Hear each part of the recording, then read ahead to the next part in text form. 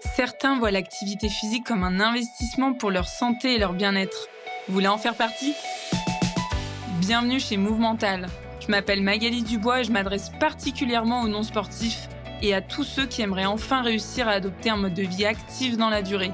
C'est en vous partageant des connaissances, des expériences et des points de vue différents que j'ai l'intention de vous aider à bâtir l'état d'esprit et la motivation nécessaires pour le faire. Alors j'espère que ça vous aidera et que vous aurez envie d'en parler autour de vous.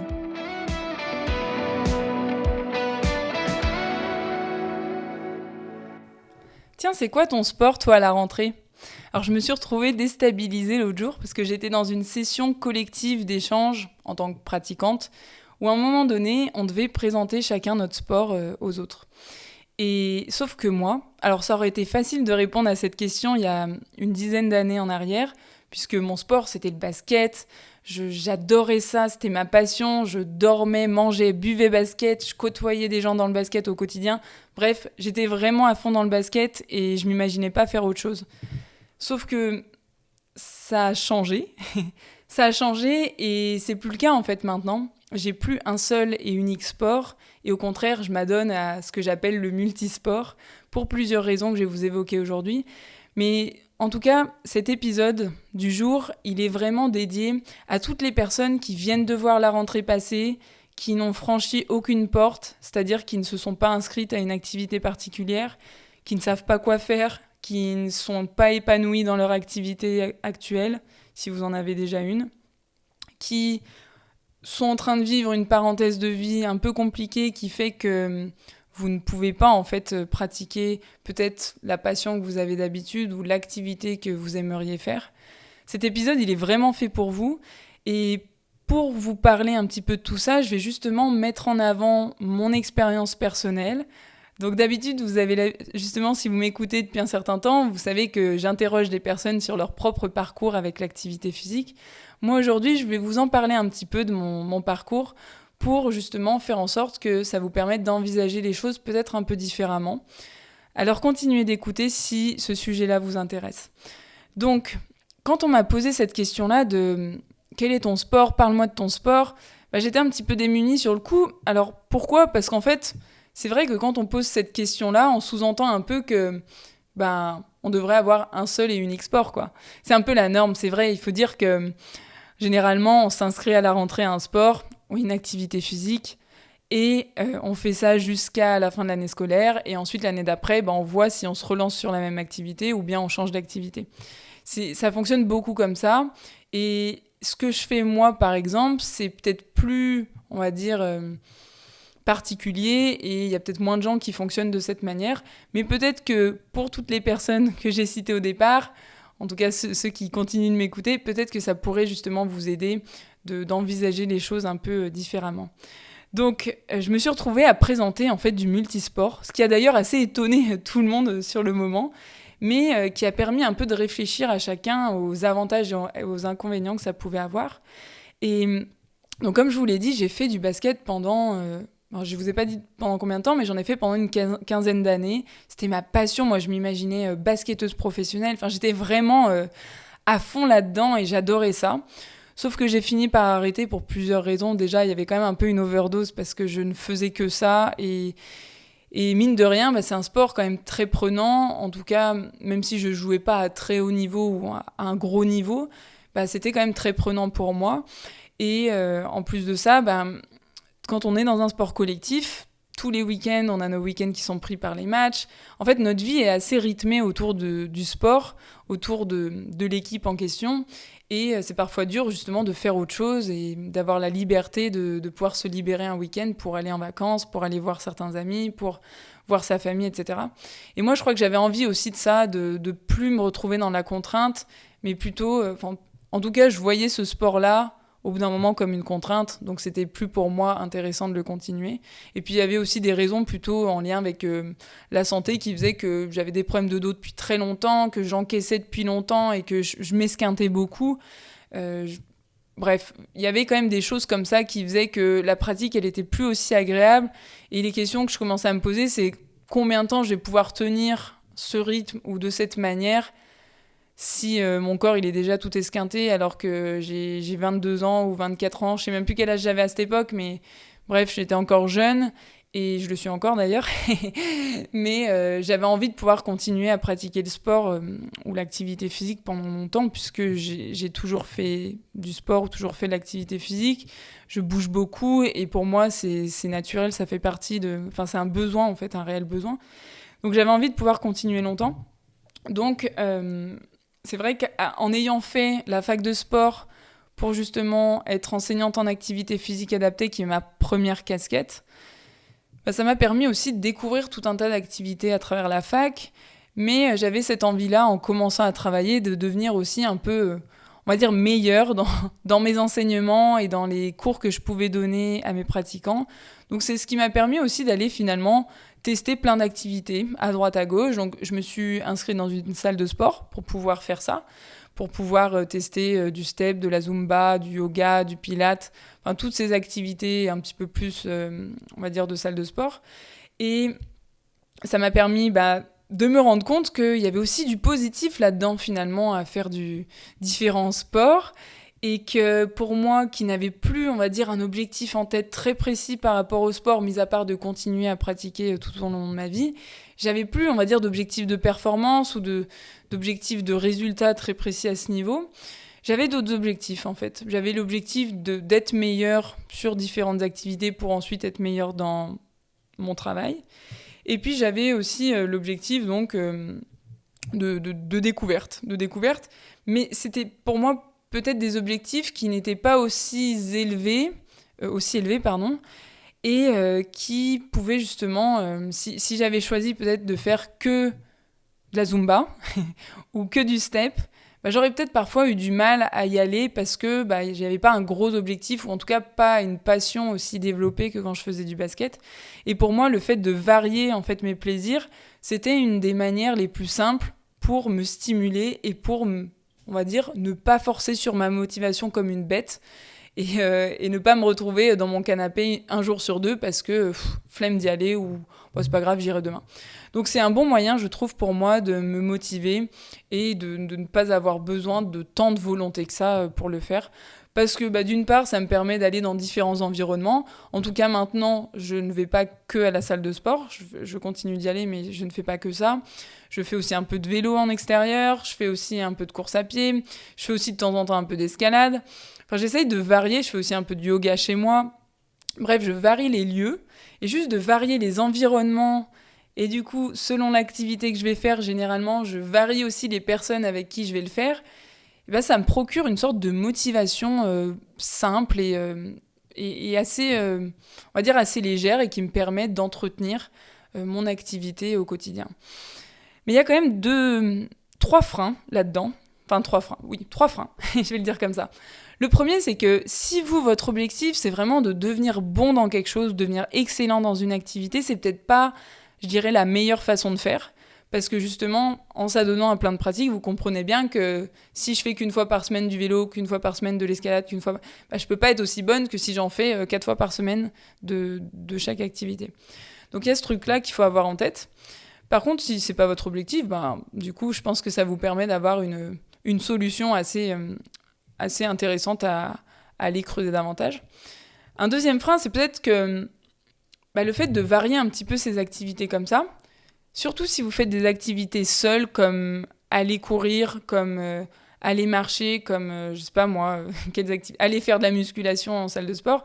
En tout cas, si vous n'êtes pas avec quelqu'un, si vous n'êtes pas avec un coach, ou si vous ne partagez pas ça avec une amie, un ami, ça peut être un peu dur si vous n'avez pas les connaissances de ces différents sports, de ces différentes activités. Et c'est ce qui faisait que pour moi, c'était assez simple, puisque de base, j'ai quand même toute ma formation qui fait que je connais beaucoup de choses sur le sport et sur l'activité physique.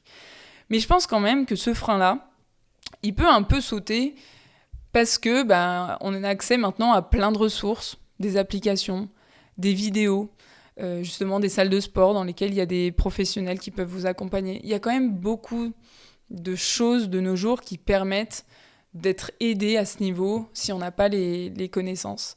Mais le frein, il peut quand même un peu résider dans le fait, ou on va dire perdurer dans le fait que ça demande un petit peu plus d'énergie quand on a besoin on va dire, d'apprendre quelque chose de A à Z, en fait. Donc c'est pour ça, si vous pouvez vous faire accompagner, c'est encore mieux. D'ailleurs, je vous reparlerai de ça un petit peu plus tard.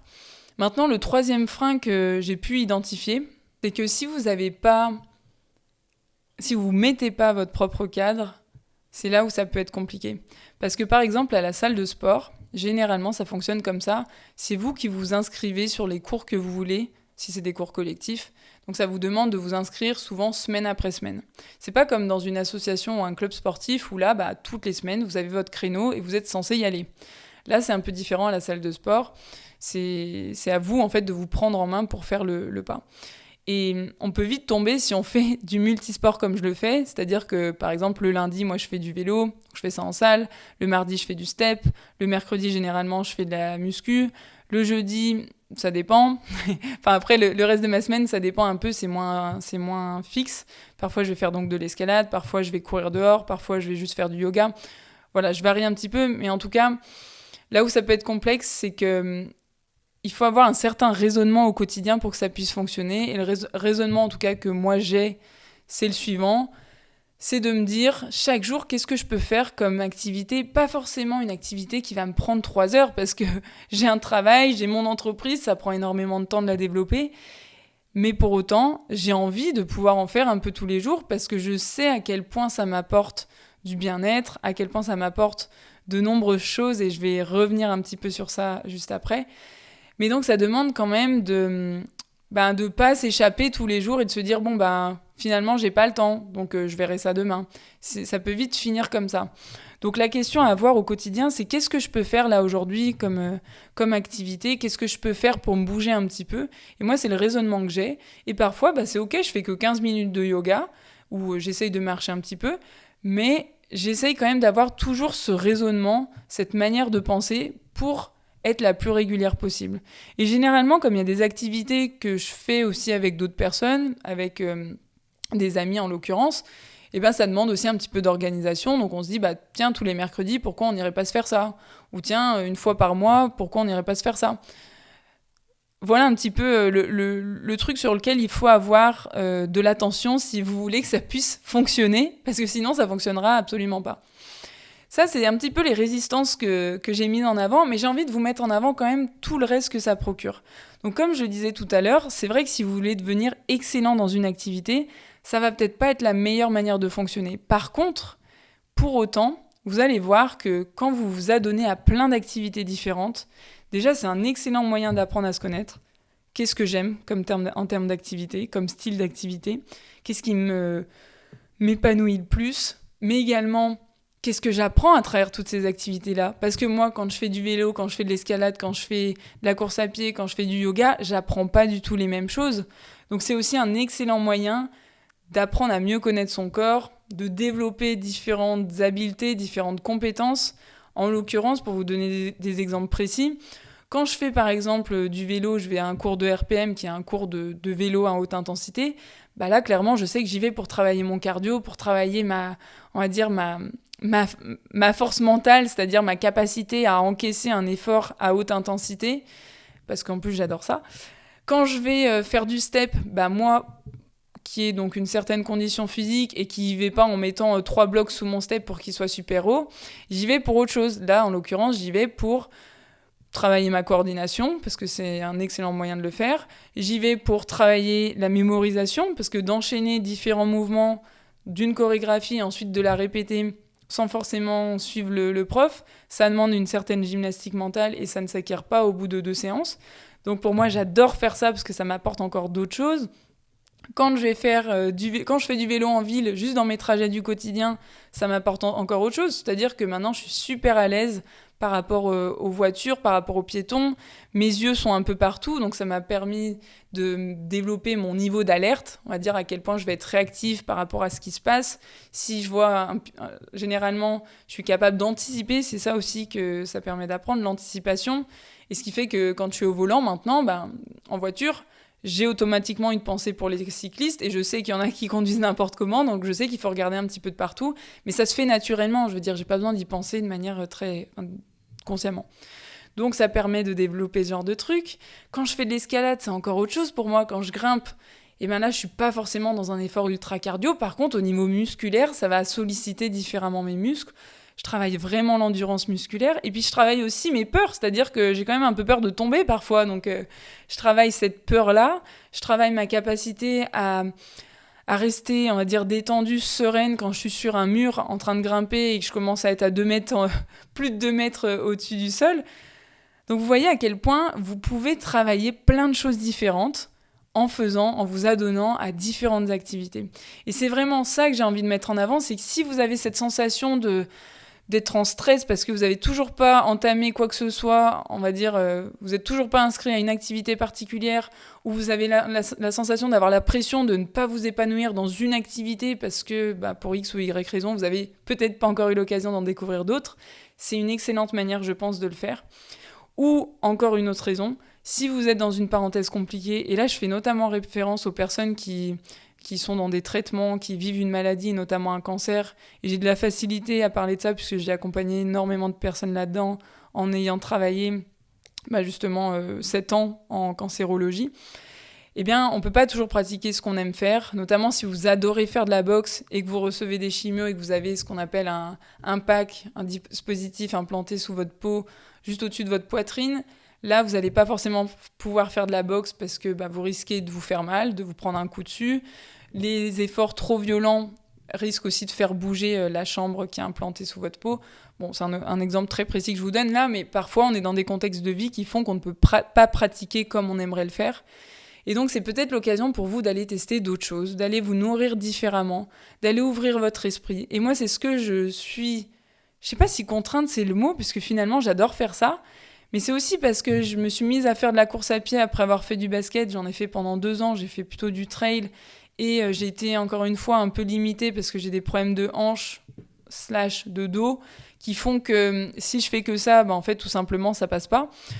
Donc, je me suis retrouvée à devoir trouver d'autres solutions que d'avoir finalement une seule passion. Je dis pas que ça va pas changer, mais en l'occurrence, là, ça fait plusieurs années que je fonctionne comme ça, et ça m'aide à avoir plus de fluidité dans ma pratique, à le faire sans avoir, on va dire, un objectif ultra précis de performance ou un objectif de résultat ultra poussé. Ça m'aide vraiment, en fait, à garder cette régularité-là, et je pense que c'est quelque chose que vous pourriez aussi avoir en tête, qui pourrait peut-être vous aider aussi. Osez explorer ça. Et tout à l'heure, je vous disais que j'avais quelque chose pour vous, c'est-à-dire que, vu que je sais que parfois, on n'a pas encore trouvé l'activité qui nous fait tant plaisir, j'ai l'intention de lancer un programme très prochainement, un programme collectif pour vous permettre de découvrir des activités, mais également pour vous permettre de travailler un peu sur ce qui vous empêche d'être épanoui, à travers l'activité physique ou le sport, c'est-à-dire toutes les difficultés que vous pouvez rencontrer. Ça peut être des difficultés, un manque de confiance, ne pas vous sentir capable de réussir votre séance, ne pas vous sentir capable de faire ce qui vous est demandé si vous êtes dans un groupe par rapport aux autres. C'est également intéressant de travailler par rapport au regard des autres, parce que parfois, on est très limité ou on a une pression qui fait qu'on n'est pas autant épanoui qu'on pourrait l'être. Et puis, il y a tout un tas d'autres difficultés, mais l'idée de ce programme, c'est vraiment ça. C'est d'une part de pouvoir tester quelques activités, mais aussi de pouvoir gérer toutes ces difficultés, tous ces freins à la pratique qui nous pèsent et qui nous empêchent de pratiquer de manière régulière et surtout dans la durée. Moi, je suis persuadée que vous pouvez trouver quelque chose d'épanouissant sur le long terme. Maintenant, c'est à vous de décider si vous avez envie, en fait, de sauter ce pas-là et si vous avez envie de vous faire accompagner pour justement traverser cette situation dans laquelle vous êtes. J'ai un programme qui est sur le point d'être lancé, ou en tout cas qui devrait l'être dans les prochaines semaines, si ce n'est pas le cas, ou / prochains mois, mais vraiment prochainement. Gardez l'œil ouvert, n'hésitez pas à me suivre sur les réseaux, et même je vous invite tout de suite à la fin de cet épisode à prendre contact avec moi pour me dire quelles sont vos difficultés, quelles sont les problématiques auxquelles vous faites face, si vous vous êtes senti concerné par l'épisode du jour, et pour que derrière je puisse réfléchir encore plus à ce programme-là que je vais faire naître et qui, j'espère, vous aidera vous aussi à trouver du plaisir dans la pratique de l'activité physique. J'espère que l'épisode vous aura apporté un autre point de vue, vous aura permis de voir que finalement c'est possible en fait de pratiquer un peu différemment, qu'on n'est pas obligé de suivre la norme qui est de s'inscrire dans une activité en septembre et de s'arrêter en juin. Je plaisante un peu avec ça, mais c'est vrai qu'on s'en rend pas compte, mais ça peut un peu peser. Donc j'espère que cet épisode vous aura apporté en tout cas un petit quelque chose, et je vous retrouve très vite pour un prochain épisode. Ciao!